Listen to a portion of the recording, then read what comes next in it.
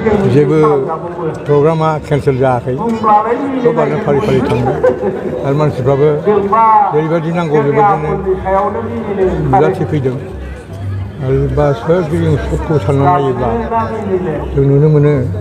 राफोद धरनै बेरखांनाय जादों एक्जिबिसनानो जाथों बा बेबायदिनो जोंना हान्था मेला आरो जोंनि दैदेनगिरिफोर बिथांमोनहाबो नांगौ बायदि नुजाफैयो खालि जोंनि मानिनां गिबि मन्थ्रि डक्टर हिमन्त बिश्व शर्मा बिथाङा गावनि हाबाफारिनि थाखाय फैनो हायाखै थेवबो बिथांनि मन्थ्रि लोगो बिजुसारि हाजरिका बिथांखौ बिथाङा दैथायहरदों आरो जोंनि हाबाफारिखौ आबुं खिन्थु बर' बिजों बा स्कुल फरायसालि गासैबो फोरोंगिरिनि जेंनानि सायाव दिनैनि बे अपेन सेसनाव फैनानै जेबो बाथ्रा फोसावलाङासै जोङो बेखौ मैया जोंनि डेलिगेट हाउसआव रायज्लायदोंमोन बाथ्राफ्रा गुबै एसे क्रिटिकेल जानानै दं डेलिकेट जानानै दं बे हिसाबै आरो बेखौ बावैसोनो जों सावरायनानै जों डेलिगेट जोंनि माखासे अर्गानाइजेसनफोर दङ एबसु हारिमु आफाद आरो जोंनि लोगोफोरजों रायज्लायनानै जोंहा जा खहा जानानै दं बेफोरखौ मोजाङै रोजोबै सुफुंनो थाखाय जों मोनसे हाबाफारि बावैसो जों बेखौ जोंनि चिफ माने बिटिएडनि चिफआ खोन्थाखाबाय बावैसो जों बर' साहित्य सभायाव गोख्रोङै सावरायबाय बर'नि लिरनाय जिथु कालचार बेखौ बांहोनो थाखाय बिटिआर सरकारा मोनसे फोसावना होदों एनुवेलि नोंथांमोननो खौथि रां बेखौ होदों बेखौ क'क्राझाराव जोंनि अफिसआ बर' साहित्य सभानि क'क्राझाराव बेखौ रुपनाथ भवनाव बेयावनो जों बेखौ बे हाबाफारिखौ मावख' हिसाबै जों बाहायनानै जों हाबाफारिखौ मावगोन आरो बिनि थाखाय जों एक्सपार्टनि जोङो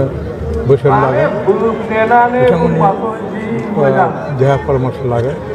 आरो हाबाफोरखौ मोजां मावनो थाखाय नाजानाय जागोन दैमु नोगोराव जिहेतु माबा जे फरियाव जे जोङो जोंनि आफादखौ जथुम्माखौ बाहाय खुंदों बेयाव जोंहा रायखांनो गोनां माखासे बाथ्रा दं रायखांनो गोनां जों बे बुक माने बिजाब बेखेवनाया दस्रा बोसोरनिफ्राय बे खेबाव जोङो रेकर्ड खालामनो हादों आगोल बाराव जोङो बाजिखौनो मोनामोन नाथाय जोंनि दिनै मोननायाव बे बिजाब बेखेवनाया 80निबो बारा ओंखारदों आरो मोनसे बाथ्राबाव जोंनि जायगानि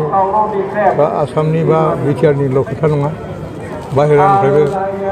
जोंनि बांलादेशनिफ्रायबो फैनानै बाहागो लाफैनाय नेपालनिफ्राय फैनानै बाहागो लाफैनाय ओमफ्राय माखासे जोंनि जायगानि अनगाबो फैदों दासो बांलादेशनि मानसिफ्रा बिदिनो साहित्य सभानिफ्राय माखासे लिरगिरिफ्रा गावसिनि बिजाब लिरनायखौनो जोंनो होलांबावदों आरो अरायबो बिथांमोना जगाजग लानो थाखाय नाजादों बे बिजाबानो जेनेबा आंनि आखाइनि दासो लांनाय बे बांलादेशनि बिजाब